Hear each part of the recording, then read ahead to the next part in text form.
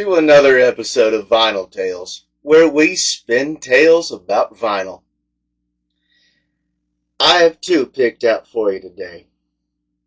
The first one is an album that turns a very popular movie into a record album with a book to follow along. It did very well during a time before home video and led to others that followed it in sequel.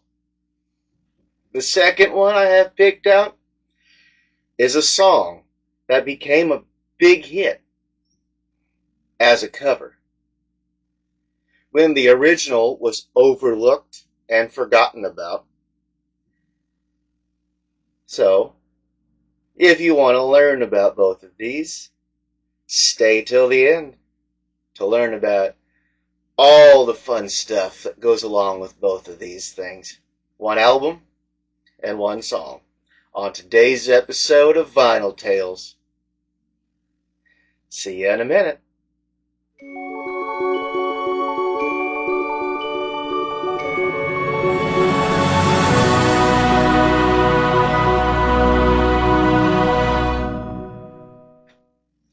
Back in 1977, a movie came out.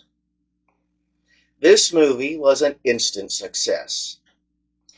It would eventually go on to spawn an entire world all on its own, leading to multiple sequels, both TV shows and cartoons.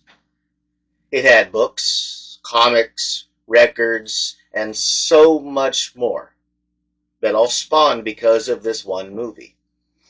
This movie is Star Wars. Later, it will be renamed to Star Wars Episode 4, A New Hope. Now, as famous as this movie was, the problem is that it was originally released before the time of home video. This meant that the only way for people to watch the movie, unless they were just lucky enough to catch it playing on TV, was to go to whatever their local theater was and watch it at the theater. But that's the problem, because if you didn't have a local theater, or if you did, but they just weren't showing the movie, well, then you were SOL. You were just out of luck. And that's where this album came into play, to kind of save the day. Released in 1977, shortly after the movie Star Wars came out, this album, called The Story of Star Wars, was released as well. This album isn't really music. Instead, it's the entire Star Wars movie, but put onto a record. More accurately, it's an abridged version of the movie. This means that the original film was just too long to fit on a record. And so they took the movie and they shortened it, removing parts of the movie, most of it not absolutely necessary for the story, just so that it would fit on this 48-minute record. After shortening the movie, they then used dialogue and sound effects from the movie itself, combined those with a script that had been adapted from the original film, and put all of that onto a record album. The story on the album is narrated by Roscoe Lee Brown. They then released this new abridged and narrated version of the hit movie to the public. This way, the public could still play the movie at home whenever they wanted.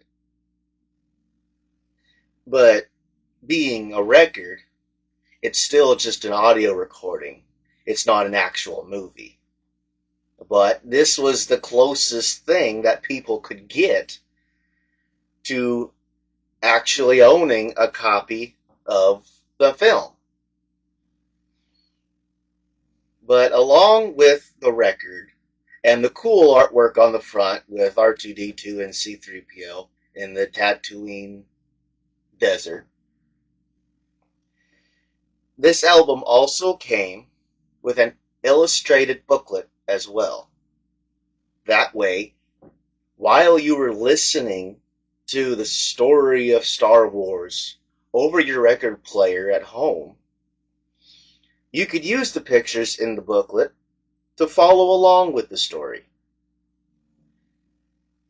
This album was also released in multiple languages, including French, German, Spanish, and Japanese. It was a success and enjoyed almost as much as the movie itself at the time, eventually achieving gold record status. This album did so well that they did the same thing for the other two films as well.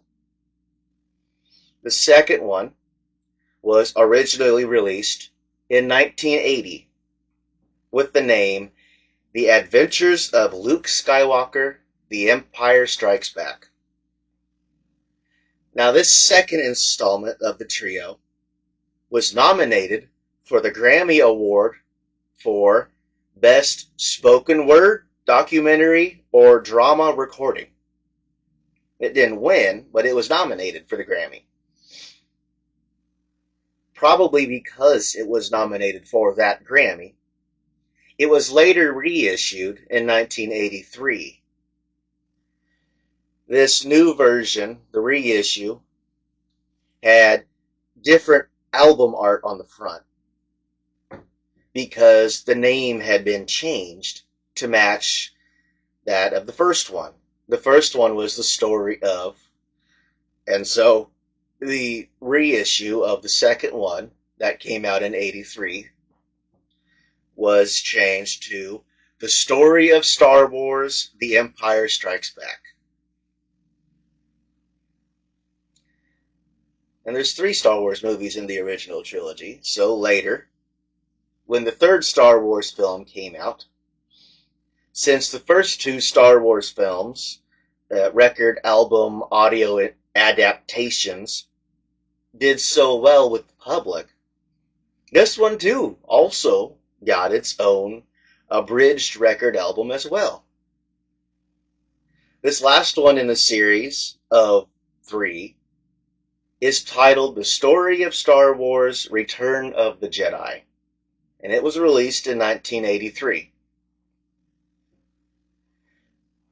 All 3 of these abridged audio adaptations of the original trilogy of Star Wars films each came with a 16-page illustrated booklet to follow along with the story, being narrated on your record player.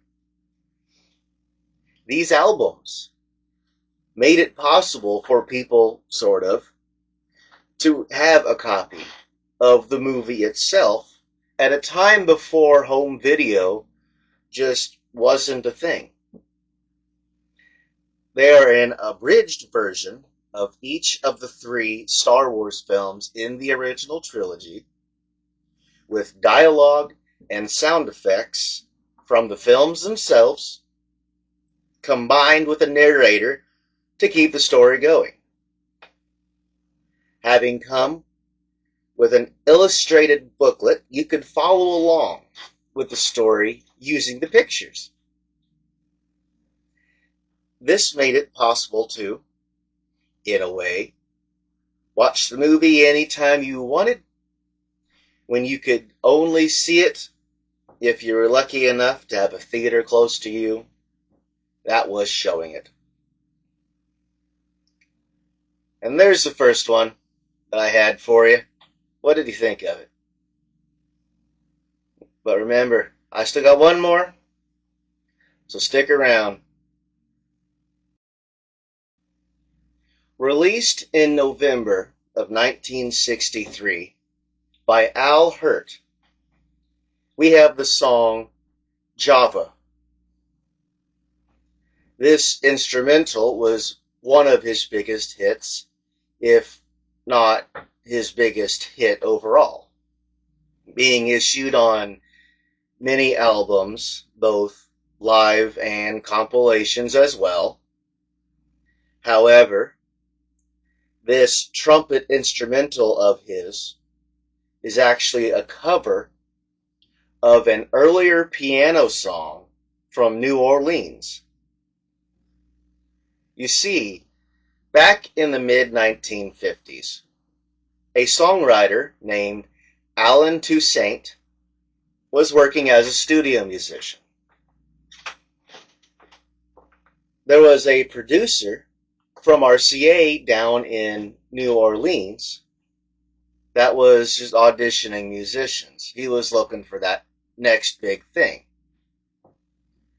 During these auditions, he would sometimes use Toussaint as the piano accompaniment.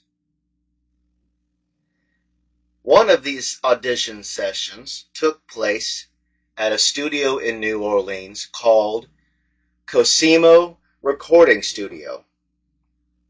Apparently, according to Cosimo himself, 150 people showed up. None of them Danny Kessler found all that impressive. Instead, the one that he liked was Allen Toussaint himself, who was simply there for a piano accompaniment part. Kessler then offered Toussaint a deal, which he went for. Kessler wanted Toussaint to write some instrumentals. Toussaint came up with 12 different tracks, which he then presented to Kessler. And in 1958, these 12 tracks were released on an album called The Wild Sound of New Orleans. And they used a pseudonym for Toussaint and listed the artist as Toussaint instead. Danny Kessler, the producer, named each track on the album. He named them all after a racehorse, since he was a frequent visitor to the track. On this album is today's song, Java, which he named after a horse, not after the coffee or the computer script, which wasn't around in the 50s. Toussaint's album, or Toussaint, depending on what name you want to go by, didn't actually do very well or get all that much attention, which is why you probably haven't heard of it. But the covers, however, they did much better. The original version came out in 1958. In 1962, Floyd Kramer actually covered the song himself. He released it off as a single off of his album called Swing Along with Floyd Kramer. Unlike the original by Toussaint, his version actually made it onto the charts. However, it only made it up to number 49. The following year, Al Hirt got a hold of the song. And in November of 1963, he released his own trumpet rendition of this song. This version was a big success and made it up all the way to the top of the charts. It made it up to number 4 on the pop charts and number 1 on the easy listening ones. At the time that Hertz version came out, that original writer, Alan Toussaint, was actually doing a 2-year stint in the military, and he knew nothing about Al Hert's cover. He didn't know Al Hurt was considering it. He didn't know it was getting released. He didn't know anything about it until one day when he was just hanging out in the barracks, and he happened to hear it over the radio. When he heard it, apparently he had a hard time convincing his fellow soldiers there with him that he was the one that actually wrote that song. That was his song. But Al Hurt's name became the one connected to this song pretty quick. In 1964, he recorded a version with Arthur Fiedler and the Boston Pops for a holiday album that they were putting together. The next year, in 1965, he released a version where he was performing the song live at Carnegie Hall. This song, Al Hurt's cover, not the original or Floyd Kramer's, has actually been in popular culture. On The Muppet Show, at the beginning of episode 22, the instrumental was used as the dance music for 2 tube-like creatures. Also, on Al Hurt's TV show that he hosted called Fanfare in 1965, the Muppets came out and performed Java on his show. They then later went and performed the song twice on The Ed Sullivan Show in 1966 and the second in 1968. Along with the Muppets, however, Hugo Winterhalter also covered it in 1964. He was a big band orchestra director at the time.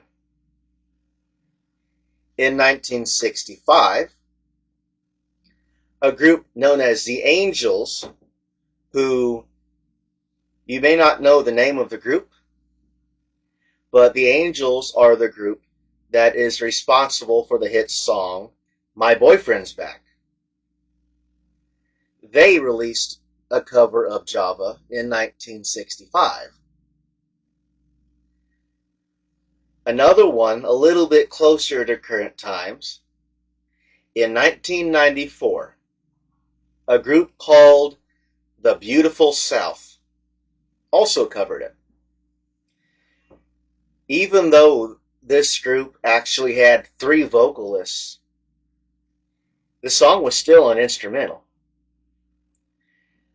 The Beautiful South would often perform this instrumental cover live. They'd use it to close out a lot of their gigs, a lot of their shows. When they would perform the song, these 3 vocalists would either switch to playing handheld percussion instruments, or they would get on giant space hoppers and just bounce around the stage. Now, I've listened to all 3 versions of this song. Alan Toussaint's original from 1958, Floyd Kramer's cover from 1962, and Al Hurt's cover. I can see why Al Hurt's trumpet version was the big hit. However, the other 2 are different. Both the original and Floyd Kramer's 1962 cover are on the piano with a few background instruments. But to me, they just felt empty. They felt cold. Kind of like the people were just given a song to play, but they didn't really care one way or the other about it. That being said, the song itself is still a lively and energetic song that makes you almost want to get up and do that old time swing dance.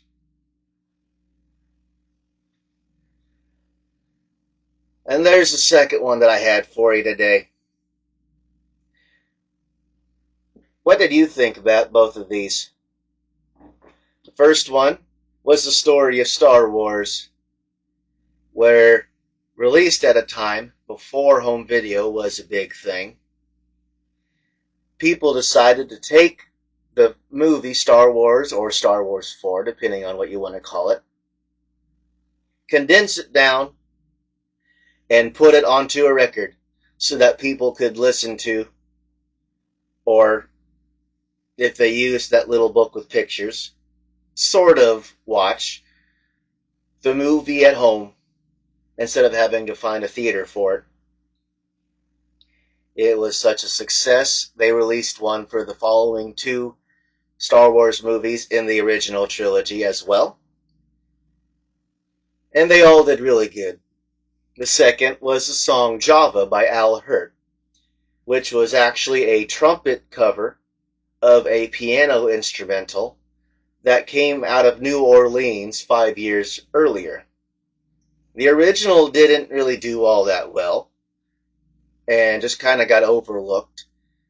But Al Hirt's cover went straight to the top and became his biggest hit.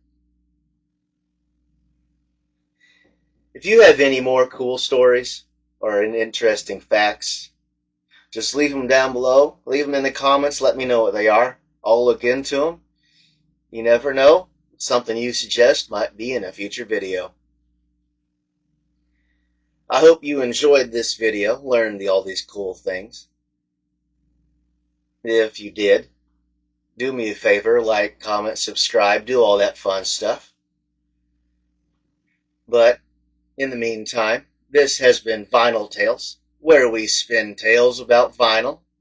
My name's Brandon, and I will see you next time. But for now, have a good day.